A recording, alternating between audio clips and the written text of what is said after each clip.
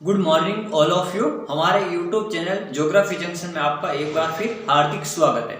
आज हम भारत भूगोल की श्रृंखला को आगे बढ़ाते हुए भारत में अपन पढ़ेंगे मिट्टियां, यानी भारत की जो मिट्टी है किस प्रकार की है, भारत में जो मिट्टियों के प्रकार क्या है, भारत में जो मृदा का जो वर्गीकरण है वो किस आधार पर किया गया है, या भारत की जो मिट्टियां है जो अपन कह सकते हैं एक अमेरिकी विभाग यानी अमेरिका के द्वारा भी भारत की मिट्टियों का वर्गीकरण किया गया, उसके बारे में पढ़ेंगे। कौन सी मिट्टी किस प्रकार पाई जाती है, और अपन पढ़ेंगे कि जो मृदा निर्माण की जो प्रक्रिया है ए बी और सी संस्तर में अपन उसी मृदा निर्माण की प्रक्रिया यानी मृदा परिच्छेदिका को भी अपन पढ़ेंगे और उनके बारे में अपन विस्तृत अध्ययन करेंगे। तो सबसे पहले अपन चलते हैं मिट्टी, भारत की मिट्टी यानी मिट्टी शब्द है जो मृदा शब्द है जो वो लैटिन भाषा के सोलम शब्द से बना है, लैटिन भाषा के सोलम शब्द से बना है जिसका अर्थ होता है फर्श, यानी जिसका अर्थ क्या होता है फर्श। और मिट्टी या मृदा को अपन सामान्य भाषा में या सामान्य रूप से अपन ये कह सकते हैं कि जो भूपृष्ठ पर पाई जाने वाली असंगठित पदार्थ, कण, जंतु, जीव जंतु, पेड़ पौधे, अन्य खनिज तत्व, इन सभी को अपन मिलाकर क्या कह सकते हैं, अपन भूपृष्ठ को अपन कह सकते हैं मिट्टी। तो एक अमेरिकी भूगोलवेता है, उन्होंने बताया, यूएसए के एक भूगोलवेता डॉक्टर बेनेट ने बताया कि मृदा भूपृष्ठ पर मिलने वाले असंगठित पदार्थों की वह ऊपरी परत है जो मूल चट्टान चूर्ण, जीव जंतु, पेड़ पौधे तथा अन्य वनस्पतियों के योग से जो मिट्टी की जो ऊपरी परत बनी है उसको अपन कहते हैं मृदा निर्माण या उसको कहते हैं मिट्टी। ये मिट्टी की जो परत है ये मुलायम भी हो सकती है या चट्टानों की भांति कठोर भी हो सकती है या हार्ड भी हो सकती है। तो अपन आगे पढ़ रहे हैं मिट्टी को प्रभावित करने वाले कारक, यानी मिट्टी को कौन कौन से जो कारक है वो प्रभावित करते हैं। सबसे पहले पढ़ते हैं अपन मिट्टी को प्रभावित करने वाला कारक है जलवायु, यानी जिस क्षेत्र में जिस प्रकार की जलवायु होगी उस जलवायु के आधार पर वहां की मिट्टी का वर्गीकरण होगा। फिर अपन बात करते हैं जैव मंडल, यानी वहां पर किस प्रकार का जो जैव मंडल है उसके आधार पर मिट्टी का निर्माण होता है। फिर अपन पढ़ते हैं उच्चावच, यानी वहां का जो भौगोलिक स्वरूप है, जैसे रेतीला है, पथरीला है, या अपन कह सकते हैं पठारी है, मैदानी है, झीला है, नदियां हैं, तो उनके आधार पर अपन कह सकते हैं उच्चावच के आधार पर। फिर अपन बात करते हैं समय के आधार पर, वहां पर किस समय में क्या घटनाएं हुई उसके आधार पर, काल समय के आधार पर वहां मिट्टी का निर्माण हुआ। फिर अपन कहते हैं मूल चट्टान, यानी जहां मिट्टी की प्रमुख रूप से प्राथमिक या मूल चट्टान किस प्रकार की थी, यानी मिट्टी क्या है, जो चट्टानों का जो अवसाद या कायांतरित चट्टानों के रूपांतरण के जो छोटे छोटे कण है उसी को अपन मिट्टी कहते हैं। तो जो मूल चट्टान कौन सी थी उसके आधार पर भी मिट्टी का वर्गीकरण किया गया। तो ये मुख्य रूप से प्रभावित करने वाला कारक है मिट्टी को। जैसे अपन जलवायु में पूरे पढ़ लेते हैं, ताप, दाब, या अपन कह सकते हैं समय के अनुसार, ये सभी दशाएं, वायुमंडलीय सभी दशाएं मिट्टी को प्रभावित करती है। फिर अपन बात करते हैं मिट्टी का संगठन, यानी जो मिट्टी है, जो ये मिट्टी के कण है, ये मिट्टी में सबसे ज्यादा कौन से पदार्थ पाए जाते हैं और कौन से तत्व पाए जाते हैं। तो मिट्टी में सबसे ज्यादा जो खनिज पदार्थ पाए जाते हैं, मिट्टी का जो किन से निर्मित है, खनिज पदार्थ, यानी 40 से लेकर लगभग 45% जो मिट्टी का निर्माण खनिजों के द्वारा हुआ। फिर बात करते हैं मृदा में जो जल की मात्रा, यानी मिट्टी में जल की मात्रा कितने प्रतिशत पाई जाती है, लगभग 25% पाई जाती है। फिर बात करते हैं मृदा में या मिट्टी में वायु की मात्रा कितनी प्रतिशत पाई जाती है, तो लगभग 25% वायु भी पाई जाती है। फिर बात करते हैं चौथा, ह्यूमस या कार्बनिक पदार्थ, यानी जो पेड़ पौधों की जो पत्तियां वगैरह होती है या अन्य जो अपन कह सकते हैं अन्य जो पेड़ पौधों के अलावा जो उपजाऊ पदार्थ होते हैं उनको अपन क्या कहते हैं, ह्यूमस कहते हैं। वो भी लगभग 3 से लेकर 10% तक की मात्रा होती है, यानी 4 चीजों से लगभग मिट्टी का निर्माण होता है। अपन कह सकते हैं इन 4 चीजों का महत्वपूर्ण योगदान है मिट्टी के निर्माण में। फिर बात करते हैं मृदा की जो परतें, यानी जो मृदा निर्माण की जो परतें हैं वो मुख्य रूप से 3 पाई जाती है। अपन कहते हैं ए संस्तर, बी संस्तर या सी संस्तर। अभी मैं आपको परिच्छेदी का एक चित्र बनाऊंगा, उस चित्र के माध्यम से आपको मिट्टी निर्माण की प्रक्रिया किस प्रकार होती है, यानी मिट्टी की परतें कौन कौन सी है या मिट्टी के अपन कह सकते हैं संस्तर यानी स्तर कौन कौन से हैं, उनके बारे में बात करेंगे। तो वो होते हैं 3, उन तीनों स्तरों के बारे में मैं अभी आपको यहाँ बताऊंगा। फिर बात करते हैं परतों की इस व्यवस्था को, यानी जो ए बी सी जो परत होती है उनकी व्यवस्था को पूर्ण रूप से अपन मृदा परिच्छेदिका कहते हैं। उनको क्या कहते हैं, इस व्यवस्था को मृदा परिच्छेदिका कहते हैं। इन 3 संस्तरों के नीचे एक जो चट्टान पाई जाती है, मूल चट्टान पाई जाती है, उस चट्टान को अपन क्या कहते हैं, मूल चट्टान या आधारभूत चट्टान कहते हैं। उसको क्या कहते हैं, मूल चट्टान या आधारभूत चट्टान कहते हैं, या अपन आधारी चट्टान भी उसको कह सकते हैं। देखो सबसे पहले अपन बात करते हैं, जैसे मैं आपको एक चित्र बना के बता देता हूं, ये जो परतें कौन कौन सी संस्तर होते हैं। जैसे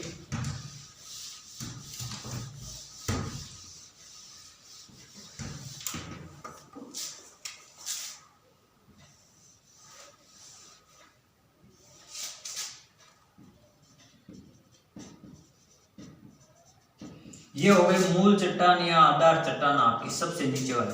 फिर इसमें ये ए संस्तर हो गया, ये बी संस्तर हो गया, ये सी संस्तर हो गया, यानी इसको अपन कहते हैं परत कह दो या संस्तर कह सकते हैं इसको। फिर यहाँ पर ये एक और जो सबसे ऊपरी भूपृष्ठ होता है, इसको भी अपन 2 भागों में बांटते हैं, O1 O2। इसमें अपन क्या करते हैं, एक में बांटते हैं वनस्पति, सबसे ऊपर क्या रहती है वनस्पति यानी पेड़ पौधे, और इसमें क्या रहते हैं इनसे ह्यूमस, ये होता है ह्यूमस। तो ये होते हैं आपके जो मिट्टी या मृदा निर्माण की 4 जो मूल रूप से 3 परतें होती हैं, ए बी और सी। ए बी और सी, जैसे अपन इनको मैंने उल्टा ले गया, जैसे ए बी और सी ये रहती है, ए बी और सी चट्टानें रहती है। मूल रूप से इनको अपन संस्तर भी कहते हैं। और सबसे जो ऊपरी परत है ये वाली सबसे महत्वपूर्ण परत होती है, ये क्या होती है वनस्पति, या इसको अपन क्या कहते हैं वनस्पति, या इनको कह सकते हैं जो जहां पर मिट्टी सबसे ज्यादा क्या होती है उपजाऊ मिट्टी पाई जाती है इस परत में। तो यहाँ पर ये जो परत है ये कृषि योग्य परत कहलाती है, या इसको अपन पहले इसको कहते हैं जैविक संस्तर या जैविक परत इसको कहते हैं। इस परत के नीचे जो ए परत होती है वहां ये सबसे उपयोगी है, सबसे क्या है उपयोगी कह दो, या अपन कह सकते हैं कृषि कार्य के लिए काम आने वाली कृषि योग्य। इस परत को अपन क्या कहते हैं, इसको कहते हैं उपयोगी कहो चाहे कृषि योग्य कहो। इसमें क्या होता है, इसमें निक्षालन की जो प्रक्रिया होती है, यहाँ पर जो लोहे या अन्य कण होते हैं, अन्य खनिज या अपन कह सकते हैं जो भी, ये धीरे धीरे क्या होता है इस प्रक्रिया से यहाँ आ जाते हैं निक्षालन प्रक्रिया के द्वारा, यानी ऊपर से जो कणों का नीचे की ओर के जाना, इस प्रक्रिया को अपन क्या कहते हैं निक्षालन प्रक्रिया कहते हैं। फिर अपन बात करते हैं यहाँ पर यह हो गई बी परत, फिर अपन इसको कहते हैं रिग्ले या रिगोलित परत, रिगोलित परत इसको क्या कहते हैं अपन कह सकते हैं ग्ले या रिगोलित परत होती है। यहां से मृदा का निर्माण शुरू हो जाता है, मृदा निर्माण की प्रथम अवस्था, मृदा निर्माण की प्रथम अवस्था इसको क्या कह सकते हैं अपन, इस प्रकार से अपन कह सकते हैं ये हो गई मूल आधार चट्टान, इससे मृदा का निर्माण हुआ।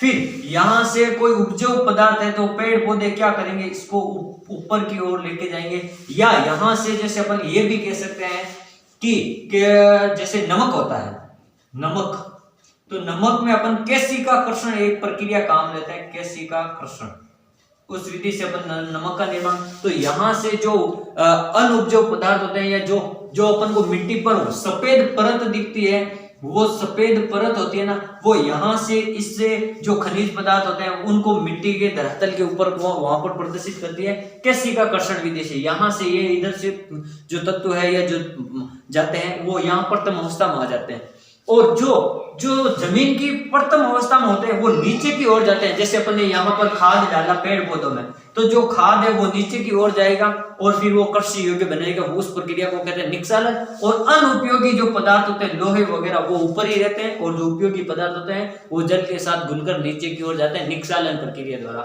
तो नीचे की ओर निक्षालन प्रक्रिया और केशिकाकर्षण क्या प्रक्रिया होती है ऊपर की ओर, यहाँ के जो पदार्थ है वो ऊपर की ओर चले जाएंगे, उनको अपन कहते हैं केशिकाकर्षण विधि द्वारा। तो अब इस परत या इन चट्टानों में क्या होगा, देखो जैसे जैसे अपन ये है अपन का धरातल, या अपन कह सकते हैं इसको भूपृष्ठ, जैसे जैसे अपन धरातल से नीचे की ओर जाएंगे, तो मैं यहाँ एक चिन्ह में लिख देता हूं, जैसे जैसे अपन ऐसे नीचे की ओर जाएंगे तो खनिजों की मात्रा क्या होगी आपकी बढ़ेगी, खनिज पदार्थ की मात्रा क्या होगी नीचे की ओर जाने पर पृथ्वी की धरातल में बढ़ती है, और जल की मात्रा कभी घटेगी कभी बढ़ेगी, यानी जल कहीं ऊंचाई पर है और कहीं नीचा है तो जल की मात्रा बढ़ेगी या घटेगी। फिर अपन जाते हैं, जैसे जैसे अपन नीचे जाएंगे तो वायु की मात्रा क्या होगी, कम होती जाएगी। जैसे जैसे अपन नीचे जाते हैं तो ह्यूमस की मात्रा होती है वो भी क्या होगी, कम होगी। जैसे जैसे अपन जाएंगे तो यहाँ पर जो उपयोगी पदार्थ है वो नीचे तो इतने नीचे नहीं आएंगे, तो जैसे जैसे अपन नीचे जाएंगे तो ह्यूमस की मात्रा घटेगी, वायु की मात्रा घटेगी और जल की मात्रा कभी बढ़ेगी कभी घटेगी और खनिजों की मात्रा बढ़ेगी। तो इस प्रकार अपन इस मृदा इन पूरी प्रक्रिया को यहां से लेकर भूपृष्ठ से लेकर यहाँ की जो प्रक्रिया होती है, इस पूरी प्रक्रिया को अपन क्या करते हैं, मृदा परिच्छेदिका कहते हैं। इसको क्या कहते हैं, मृदा परिच्छेदिका। जो मैंने आपको 4 तत्व बताए थे, वायु, मृदा, जल और मूल चट्टान, वो इन चारों से मिलकर ये मिट्टी का संगठन है जो इस प्रकार से मिट्टी की जो बनती है, इसको अपन परिच्छेदिका कहते हैं। और परिच्छेदिका का मैंने आपको बता दिया किस प्रकार से खनिज बढ़ते हैं, किस प्रकार से जल, किस प्रकार से ह्यूमस, किस प्रकार से वायु, इन सभी के बारे में आपको विस्तृत रूप से बता दिया। अब अपन बात करते हैं, जैसे अपन बात करते हैं अगला कि भारतीय मृदा का सर्वप्रथम जो वैज्ञानिक प्रयास, वर्गीकरण का जो वैज्ञानिक प्रयास किया था वो किया था वॉयलमर ने 1893 में। किसने किया था, वॉयलमर ने 1893 में। किसने किया था, भारतीय मृदा का वर्गीकरण सबसे पहले वॉयलमर ने किया था 1893 में। जैसे उन्होंने कहा था मिट्टी के 4 प्रकार होते हैं, जैसे जलोढ़ मिट्टी, रेगुड़ मिट्टी, लाल मिट्टी और लेटराइट मिट्टी। इन सभी के बारे में अपन विस्तृत अध्ययन करेंगे अगले वाले पार्ट में। तो अपन यहाँ बता देते हैं, यानी वाल्मीकि में आपने बता देते हैं कि 4 भागों में बांटा था, जलोढ़, रेगुड़, लाल और लेटराइट मिट्टी में। फिर इसी में एक संशोधन करने वाले वैज्ञानिक थे लीदर महोदय ने 1858 5 साल बाद में इस वर्गीकरण में उन्होंने संशोधन कर दिया था। ये हो गए एक प्रकार से मिट्टी का वर्गीकरण पहला। दूसरे प्रकार से मिट्टी का वर्गीकरण कणों के व्यास, यानी जो मिट्टी के जो कण हैं वो कितने बड़े हैं, उनका व्यास का आकार कितना है, उनके आधार पर कणों के व्यास और अनुपात के आधार पर मिट्टी का वर्गीकरण 5 प्रकार से किया गया है। कणों के व्यास के आधार पर मिट्टी का वर्गीकरण 5 प्रकार से, जैसे बलुई मिट्टी, गाद मिट्टी, चिकनी मिट्टी, दोमट मिट्टी और चूना मिट्टी। यानी अपन कह सकते हैं बलुई यानी रेतीली मिट्टी, गाद का अपन कह सकते हैं जैसे समुद्री किनारे है या दलदली क्षेत्र है। अपन चिकनी मिट्टी जैसे बलुई मिट्टी या दोमट मिट्टी अपन कह सकते हैं, काली मिट्टी भी चिकनी होती है, दोमट मिट्टी, या अपन कह सकते हैं चूना प्रधान जो कम उपयोगी होती है, जहां पर चूने की प्रधानता होती है। इस प्रकार की जो मिट्टी पाई जाती है उनको अपन कणों के आधार पर वर्गीकरण किया। फिर अपन बात करते हैं अगला मिट्टी का वर्गीकरण, तीसरा वर्गीकरण मिट्टी का। तीसरा वर्गीकरण में जो मिट्टी का वर्गीकरण किया गया वो संयुक्त राज्य अमेरिका के कृषि विभाग के अनुसार भारतीय मिट्टी का वर्गीकरण मुख्य रूप से 8 प्रकार से किया गया। यानी अमेरिका के वैज्ञानिक थे, अपन ने अपने परिभाषा में पढ़ा डॉक्टर बेनेट के अनुसार, तो उनके आधार पर जो अमेरिका में जो मिट्टियों का वर्गीकरण है, ऐसा का ऐसा वर्गीकरण अगर भारत में भी किया जाए तो भारत की मिट्टियों को 8 भागों में विभाजित किया जा सकता है। तो सबसे पहले बात करते हैं इन 8 भागों के नाम और इनका वर्गीकरण। तो अपन बात करते हैं, जैसे अपन कहते हैं अमेरिका के अनुसार एक मिट्टी होती है इंसेप्टिसॉल मिट्टी, इंसेप्टिसॉल, वो भारत में कितनी पाई जाती है, लगभग 39.93 यानी 74। अपन कह सकते हैं भारत में सबसे ज्यादा कौन सी मिट्टी पाई जाती है, इंसेप्टिसॉल। यानी अगर अपन भारतीय मिट्टी की तुलना करें तो अपन इसको कह सकते हैं जलोढ़ मिट्टी। अपन अगले वाले टॉपिक में पढ़ेंगे, जलोढ़ मिट्टी भी अपन इसको कह सकते हैं। तो इंसेप्टिसॉल मिट्टी अमेरिका के अनुसार इसका नाम है, ये अमेरिकी नाम है। तो इनके अनुसार इंसेप्टिसॉल मिट्टी भारत में कितनी पाई जाती है, 39%, सबसे ज्यादा पाई जाने वाली। अपन ये भी कह सकते हैं इस प्रकार का क्रम भी आ सकता है कि अमेरिका के अनुसार जो मिट्टियों का क्रम है, अवरोही क्रम या आरोही क्रम है, उनका वर्गीकरण बताओ। तो ये आपको ये नाम याद रखना है। फिर अपन बात करते हैं ये जो इंसेप्टिसॉल मिट्टी यानी जलोढ़ मिट्टी का बोल दिया, जहां पर नदियां होगी वहां पर मिट्टी पाई जाती है, यानी जल के साथ, नदियों के साथ, जो नदी जल के साथ जो कण आते हैं उनको अपन जलोढ़ कहते हैं। तो सिंधु, गंगा, ब्रह्मपुत्र इनको अपन कहते हैं। जैसे अपन बांगर क्षेत्र होते हैं ना, वो इसमें इंसेप्टिसॉल मृदा में आएंगे। फिर अपन बात करते हैं एंटीसॉल्स। एंटीसॉल्स का मतलब होता है 28.08% भाग। भारत में की एंटीसॉल कितनी पाई जाती है, 28.08। ये कहां पाई जाती है, ये राजस्थान के रेगिस्तानी भाग यानी बलुई मिट्टी, अपन कह सकते हैं रेतीली मिट्टी। तो वो हो गई एंटीसॉल, एंटीसॉल। फिर बात करते हैं एल्पिसॉल्स। एल्पिसॉल मिट्टी कितनी पाई जाती है, 13.55% भाग है जो एल्पिसॉल मिट्टी पाई जाती है भारत में। फिर वो कहाँ पाई जाती है, जहां पर नवीन जलोढ़ मिट्टी यानी खादर भूमि, जैसे जो प्रतिवर्ष जहां नदियां बाढ़ का पानी ले आ जाती है, उस प्रकार की मिट्टी में प्रतिवर्ष नए नए उपजाऊ मिट्टी बनती है, तो वो होती है खादर मिट्टी। और जहां पर पुराने समय यानी जहां पर प्रतिवर्ष बाढ़ का पानी नहीं पहुंचता है या नदी का पानी नहीं पहुंचता और 4-5 साल या 10 सालों में वहां पर बाढ़ आती है, तो वहां की जो मिट्टी को, पुरानी मिट्टी को अपन क्या कहते हैं, बांगर मिट्टी कहते हैं। अगली बात अपन करते हैं वर्टिसोल, यानी अपन की जो काली मिट्टी है उसको अमेरिका ने वर्टिसोल नाम दिया। जैसे 8.52% यानी 8.5% पर यह पाई जाती है। जैसे दक्षिणी भारत की काली मिट्टी, अपन कहते हैं दक्कन का पठार, मालवा का पठार, ये जो दक्कन का पठार जो प्रायद्वीपीय भारत की जो अधिकांश मिट्टी है, जिसको अपन कहते हैं वर्टिसोल। फिर अपन बात करते हैं एरिडिसोल्स। एरिडिसोल्स का मतलब ये राजस्थान भारत में 4.25% यानी 4.28% भाग पर ये पाई जाती है। और ये राजस्थान में जो शुष्क मिट्टी है, जैसे राजस्थान, गुजरात, पंजाब, हरियाणा की शुष्क जो मिट्टी होती है, इसको अपन एरिडिसोल लगभग अपन कह सकते हैं, यानी जो पश्चिमी राजस्थान यानी जो ब्लू रेतीली मिट्टी से भी कम, जहां पर पानी की मात्रा बिल्कुल कम हो, उस प्रकार की मिट्टी को अपन कहते हैं। फिर बात करते हैं अपन एल्टिसोल्स मिट्टी। ये भारत में लगभग 2.5% पर पाई जाती है। केरल, तमिलनाडु और उड़ीसा के तट पर या इन राज्यों में, केरल, तमिलनाडु, उड़ीसा में जो मिट्टी पाई जाती है उनको अपन कहते हैं अल्टिसोल्स मिट्टी। फिर बात करते हैं मोलिसोल्स मिट्टी। ये जो पाई जाती है 0.40 यानी आधा प्रतिशत से भी कम पाई जाती है भारत में। जैसे यूपी के तराई क्षेत्र हो गया या हिमाचल प्रदेश का तराई क्षेत्र हो गया, जो पर्वतीय क्षेत्र है उनके पास का जो तराई क्षेत्र होता है, वहां पर जो मिट्टी पाई जाती है उसको मोलिसोल्स कहते हैं, जहां पर जैविक घास फूस वगैरह ज्यादा पाए जाते हैं वहां की मिट्टी को। फिर अन्य प्रकार की जो मिट्टी होती है लगभग वो 3% पर, जैसे 2.92 यानी लगभग 3% पर पाई जाती है। इनके भी भारत में अन्य क्षेत्र हैं अलग जगहों पर। यानी ये जो अमेरिका ने भारत में मिट्टी का जो वर्गीकरण किया, उसका मुख्य आधार क्या था, उसका मुख्य आधार था कि मृदा यानी मिट्टी की प्रकृति, वहां पर किस प्रकार की मिट्टी पाई जाती है, अम्लीय है, लवणीय है, क्षारीय है, किस प्रकार की मिट्टी पाई जाती है, उनकी प्रकृति के आधार पर व उनके गुणों के आधार पर जो मिट्टी का वर्गीकरण किया गया।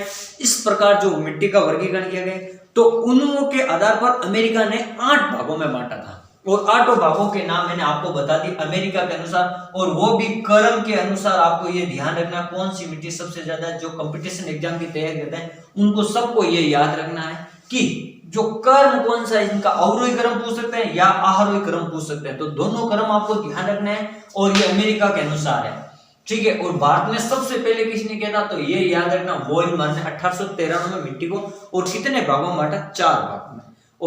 और अगला जो वर्गीकरण किया था कणों के आधार पर या व्यास के आधार पर, वो भारत में 5 प्रकार से। ये आपको वर्गीकरण और किसके आधार पर वर्गीकरण किया गया और कितने प्रकार, ये मुख्य रूप से आपको ये क्वेश्चन आ सकते हैं। ये आपने पढ़ी मृदा परिच्छेदिका, इसकी जो संपूर्ण प्रक्रिया है वो किस प्रकार है और किस प्रकार से मिट्टी का निर्माण होता है, मूल चट्टान कौन सी होती है और कितने संस्तर पाए जाते हैं, प्रत्येक संस्तर की विशेषता, और 2 प्रक्रिया मैंने बताई। एक तो मैंने आपको बताई निक्सालन प्रक्रिया, या इसको अपन कहते हैं ब्लीचिंग प्रक्रिया भी अपन इसको नाम दे सकते हैं, अन्य नाम। तो एक ये प्रक्रिया, एक केशिकाकरण प्रक्रिया, दोनों का अंतर आपको पता होना चाहिए। निक्सालन का मतलब जो ऊपरी परत से नीचे की परत में जो उपजाऊ पदार्थ होते हैं वो घुलकर नीचे की ओर चले जाते हैं, उस प्रक्रिया को अपन निक्सालन प्रक्रिया, निक्सालन या नीचे जाना। और केशिकाकर्षण का मतलब है जो नीचे के जो अपशिष्ट पदार्थ होते हैं उनका जो ऊपर की पृथ्वी की ऊपरी परत पर आना, और जैसे अपन कह सकते हैं रेह, कलर या नमक, कहीं पर अपन को मिट्टी व्हाइट मिट्टी दिखती है, नीचे के जो अपशिष्ट पदार्थ हैं वो ऊपर के चले आए हैं, तो उसके कारण तो उस अपन को पढ़ते हैं, उसको अपन कहते हैं सफेद परत को अपन क्या कहते हैं, रेह, या अपन इसको कहते हैं कलर। तो इस प्रकार आज हमने पढ़ा कि भारत में जो मिट्टियां, उनकी विशेषता और 2-3 वर्गीकरण अपन ने पढ़े अमेरिका के अनुसार, कणों के आधार पर और प्रकृति के आधार पर, इनका वर्गीकरण अपन ने पढ़ा। अब अपन कल पार्ट 2 में अपन पढ़ेंगे कि भारत में मुख्य रूप से जो 8 मिट्टियां पाई जाती है, उन प्रत्येक मिट्टी की विशेषताओं के बारे में अपन अध्ययन करेंगे। थैंक यू, धन्यवाद। हमारे इस YouTube चैनल को आप अधिक से अधिक लाइक, सब्सक्राइब और शेयर करते रहें, ताकि हम आगे आने वाले वीडियो को, आप अगर सब्सक्राइब करोगे तो आगे आने वाला वीडियो, प्रत्येक वीडियो आपके लिए नोटिफिकेशन आपको मिलता रहेगा, और जल्द ही हम आपको इसी माध्यम से भारत के भूगोल की पूरी श्रृंखला को हम आगे बढ़ाते हुए भारत के भूगोल को पूरा करेंगे। थैंक यू, धन्यवाद। आप एक बार इसका स्क्रीनशॉट भी ले सकते हो।